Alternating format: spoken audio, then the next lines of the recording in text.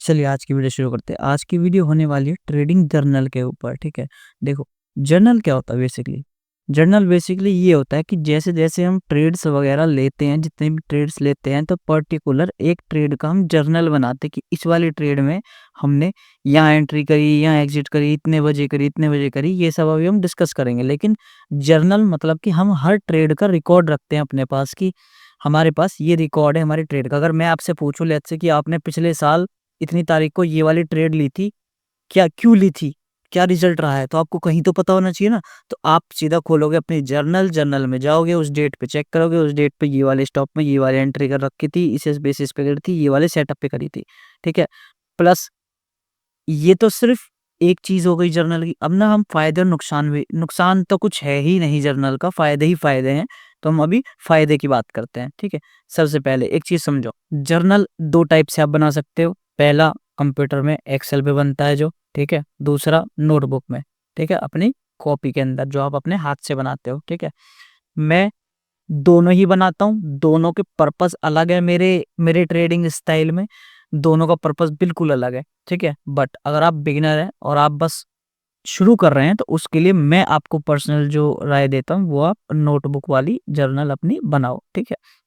चलो, अब एक और चीज़, अगर आप यूट्यूब पे जाओगे और लिखोगे ट्रेडिंग जर्नल से रिलेटेड वीडियोज़ ना, तो आपको ना उसमें बहुत सारी वीडियोज़ मिलेंगी और ना बेसिकली उसमें क्या होता है ना, वो आपको क्या बोलते हैं कि जर्नल का मतलब क्या होता है, वो ये समझाते हैं कि सुबह कितने बजे उठे और निफ्टी आज इतने पॉइंट गैप अप हुआ, इतने पॉइंट गैप डाउन हुआ, आपने ये किया, आपने वो किया, आपने ट्रेड लेने से पहले ये किया, फिर वो किया। देखो बेसिकली जो मेरा मानना है ना, एंट्री, एग्ज़िट, एंट्री करते टाइम क्या इमोशन थे, एग्ज़िट करते टाइम क्या इमोशन थे, प्लस उसको मैनेज कैसे किया, वो मेरे लिए ना ये ज़्यादा इम्पोर्टेंट है। मुझे फ़र्क नहीं पड़ता कि सुबह निफ्टी इतने पॉइंट ऊपर उठा, इतने पॉइंट नीचे खुला, मुझे फ़र्क नहीं पड़ता। देखो, दोनों ही ट्रेडिंग जर्नल अच्छे हैं।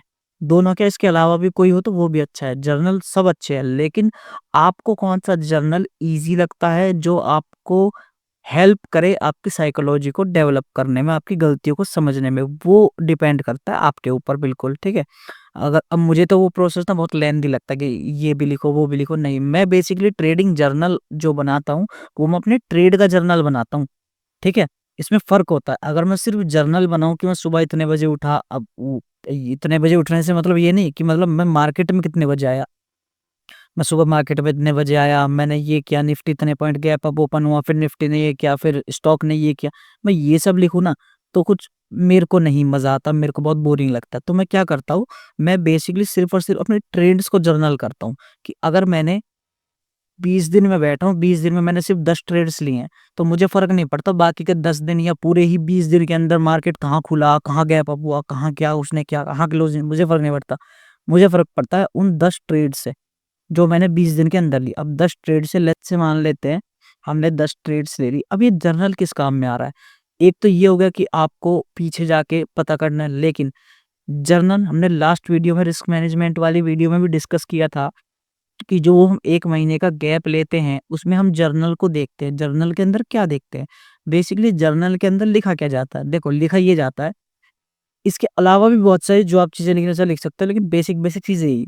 सबसे पहले डेट, किस डेट को आपने ट्रेड ली, ठीक है?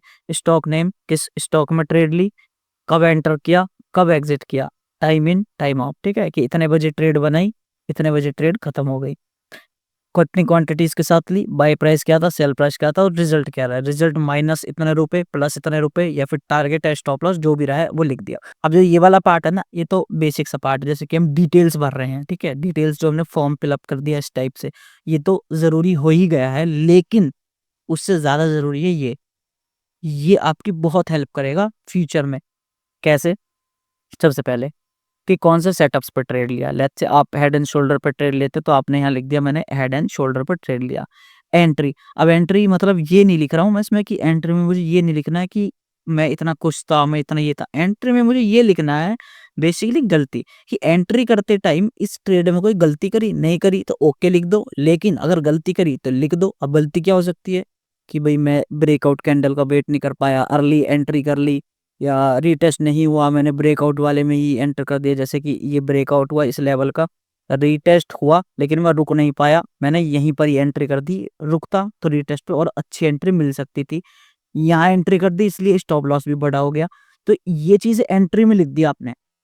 उसके बाद आपने यहाँ एंट्री, ये स्टॉप लॉस, ये टारगेट, यहाँ क्या हुआ जो लिखना है, and whatever you want to write for your betterment. अब जो भी लिखना है लिख लो, लेकिन एग्जिट करते टाइम आपने लिख दिया कि एग्जिट करते टाइम मैंने क्या किया, इमोशन में आके टारगेट से पहले ही एंट्री एग्जिट कर दिया, या फिर स्टॉप लॉस बहुत जल्दी जल्दी ट्रेल कर दिया, या कुछ भी लगा लो, आप कुछ भी लिख सकते हो। एग्जिट करते टाइम आपने ये चीजें गलती करी है। उससे अब क्या फर्क होगा, जब आप एक पीरियड ऑफ टाइम किसी मंथ में अपना ट्रेडिंग जर्नल खोलेंगे और आप देखेंगे कि आपने लास्ट 10 ट्रेड्स ले रखे, 10 ट्रेड्स के अंदर से 5 में टारगेट है, 5 में स्टॉप लॉस है, लेकिन जो 5 में स्टॉप लॉस है ना, उन 5 ट्रेड्स के अंदर 3 ट्रेड्स के अंदर कॉमन है क्या, एंट्री। आपने एंट्री में गड़बड़ करी थी। तो अब आपको पता है कि नेक्स्ट जो सेशन चलेगा उसमें आपको ये गलती तो बिल्कुल नहीं करती। हो सकता है आप ब्रेकआउट कैंडल पे ट्रेड ले रहे हो, रीटेस्ट का वेट ना कर रहे हो, इमोशन में आके डर लग रहा है आपको कि ट्रेड निकल ना जाए, तो आपको समझ में आ गया कि आप ना ये गलती बहुत ज्यादा कर रहे हो। प्लस अगर सेटअप सेम ही है, एक ही सेटअप, तो आपको समझ में आ जाएगा कि ये जो सेटअप है ना, ये इस वाले सेटअप में मैं ये एंट्री में गलती कर रहा हूँ। अगर आप एंट्री में गड़बड़ कर रहे हो, एग्जिट सही कर रहे हो, आपकी 10 ट्रेड के अंदर एग्जिट सही है, लेकिन 10 ट्रेड के अंदर 4 ट्रेड के अंदर या 3 ट्रेड के अंदर एंट्री में गड़बड़ है, तो आप एंट्री को सुधारोगे। तो सुधारोगे कैसे जब आपको गलती ही नहीं पता होगी। इसीलिए हम ट्रेडिंग जर्नल मेंटेन करते हैं कि ट्रेडिंग जर्नल के अंदर आपके ट्रेड्स के अंदर आपने क्या किया है, क्या एंट्री में, एग्जिट में, बीच में क्या गलती करी है, वो आप लिखते हो। और वीकेंड्स पे या पर डे देख सकते हो, वीकेंड्स पे या जैसे भी आपको मन करे आप ट्रेडिंग जर्नल खोलते हो, अपने पीछे के ट्रेड्स को एनालिसिस करते हो, प्लस देखते हो कि मैंने इन ट्रेड्स में ये गलतियां करी है, नेक्स्ट वाले सेशन में मेरे को ये गलतियां अवॉइड करनी है। गलतियां करो, कोई दिक्कत नहीं है, लेकिन हर बार गलती नहीं हो तो ज्यादा अच्छा है। ठीक है, सेम गलती अगर आप रिपीट कर रहे हो 3 4 5 बार, तो आपको समझ में आ जाना चाहिए ये प्रॉब्लम है, इसको आपको सुधारना है। उस केस में आप देखते, अब ये गलतियां कहाँ मिलेंगी, वो मिलेंगी ट्रेडिंग जर्नल में। वो कैसे, वो आपको मेंटेन करना पड़ेगा। ठीक है, तो ट्रेडिंग जर्नल आपको अपनी ट्रेडिंग की जर्नी में साथ साथ मेंटेन करके चलना पड़ता है। बहुत से लोग इसको अवॉइड करते हैं। उस केस में क्या होता है ना, वो अपनी कभी गलतियां देख ही नहीं पाते। अगर आपके पास जर्नल नहीं है तो आपको पता कैसे लगेगा आपने क्या गलती करी। अब लेट्स से मान लेते आपने पिछले महीने ना एक ट्रेड लिया था जिसमें आपने कोई गड़बड़ कर दी, नेक्स्ट वीक या नेक्स्ट मंथ सेम ही सिनेरियो बना, आपने सेम गलती कर दी। आपको याद रहेगा, अरे यार मैंने ना ये लिखा था, ये गलती मैंने पहले भी करी। आप खोल के देखोगे, अब आपको समझ में आ गया आपने ये वाली गलती ना पहले भी कर रखी है। अब आपको समझ में आ गया कि ये दिक्कत है, नेक्स्ट वाली ट्रेड में जब सेम सिनेरियो होगा तो आप वेट करोगे, आप इस गलती को ना करो, इस तरीके से आप ट्रेड लोगे। तो गलतियां जब पता ही नहीं चलेगी तो सुधारोगे क्या, है ना। तो इसीलिए गलतियों को पकड़ने के लिए हम ट्रेडिंग जर्नल मेंटेन करते हैं। अब जरूरी नहीं है इसके अंदर आपको गलतियां ही लिखनी है, आप कुछ भी लिख सकते हो जो भी आपको, जैसे कोई ड्राइंग बनानी है, कोई पॉइंट्स नोट करने हैं, कोई मिस्टेक लिखनी है, अपने आपको गाली भी देनी है ना, अगर आप 4 गलतियां कर रहे हो लगातार, आपने पकड़ भी ली कि मैं ये गलती कर रहा हूँ, और 5वीं बार भी सेम ही गलती कर दी जानते हुए भी कि मैं गलत कर रहा हूँ, तो अपने आपको गालियां भी दो, कोई दिक्कत नहीं, चल जाएगा। ट्रेडिंग जर्नल आपकी पर्सनल है, कोई आपसे ये नहीं पूछेगा अपने ट्रेडिंग जर्नल दिखाओ, लेकिन आपकी ट्रेडिंग जर्नल देख के अंदाजा जरूर लगा सकते हैं कि आप किस टाइप के ट्रेडर हो। ठीक है, उस केस में आपको क्या करना पड़ेगा, ट्रेडिंग जर्नल को मेंटेन करो, अपनी गलतियों को नोट करो और धीरे धीरे अपनी गलतियों को सुधारो। तो आज की वीडियो इतनी थी, लेकिन वीडियो बहुत जरूरी थी, तो इस चीज को ध्यान रखेंगे, ट्रेडिंग जर्नल को मेंटेन करना बहुत जरूरी है। ठीक है, ट्रेडिंग जर्नल आप नोटबुक में बनाओ, अपने हाथों से पॉइंट्स लिखो ना, ज्यादा अच्छा, आपको अच्छे से याद रहेगा कि आपने क्या लिखा था। एक्सेल वगैरह पे इतना खास कुछ फर्क पड़ता नहीं है, इमोशन नहीं आता, लेकिन जब आप कॉपी में बनाते हो तो आप साथ साथ कुछ लिखते हो, कोई ड्राइंग बनाते हो, कोई पॉइंट लिखते हो, कुछ भी जो भी आप करते हो, तो आपको ट्रेडिंग जर्नल में दिखता है, आपको याद भी रहता है जो आप हाथों से लिखते हो। इसीलिए मैं तो प्रेफर करता हूँ, मैं दोनों ही बनाता हूँ, लेकिन मैं प्रेफर करता हूँ एक बिगनर को ना हाथों वाला जर्नल नोटबुक के अंदर हाथों से बनाना बहुत जरूरी है। तो देखो, ये वीडियो इस सीरीज की, इस कोर्स की लास्ट वीडियो है। ठीक है, इसके बाद अगर आपको कोई भी डाउट हो, कोई भी प्रॉब्लम हो, कोई भी इशू हो, या तो आप कमेंट में बता सकते हो, या फिर आप मुझे कांटेक्ट कर सकते हो मेरे टेलीग्राम पे। टेलीग्राम के जो लिंक्स है वो मेरे बायो में आपको मिल जाएंगे, या वीडियो के डिस्क्रिप्शन में आपको मिल जाएंगे। आप मुझसे वहां बात कर सकते हो जो भी आपका इशू है।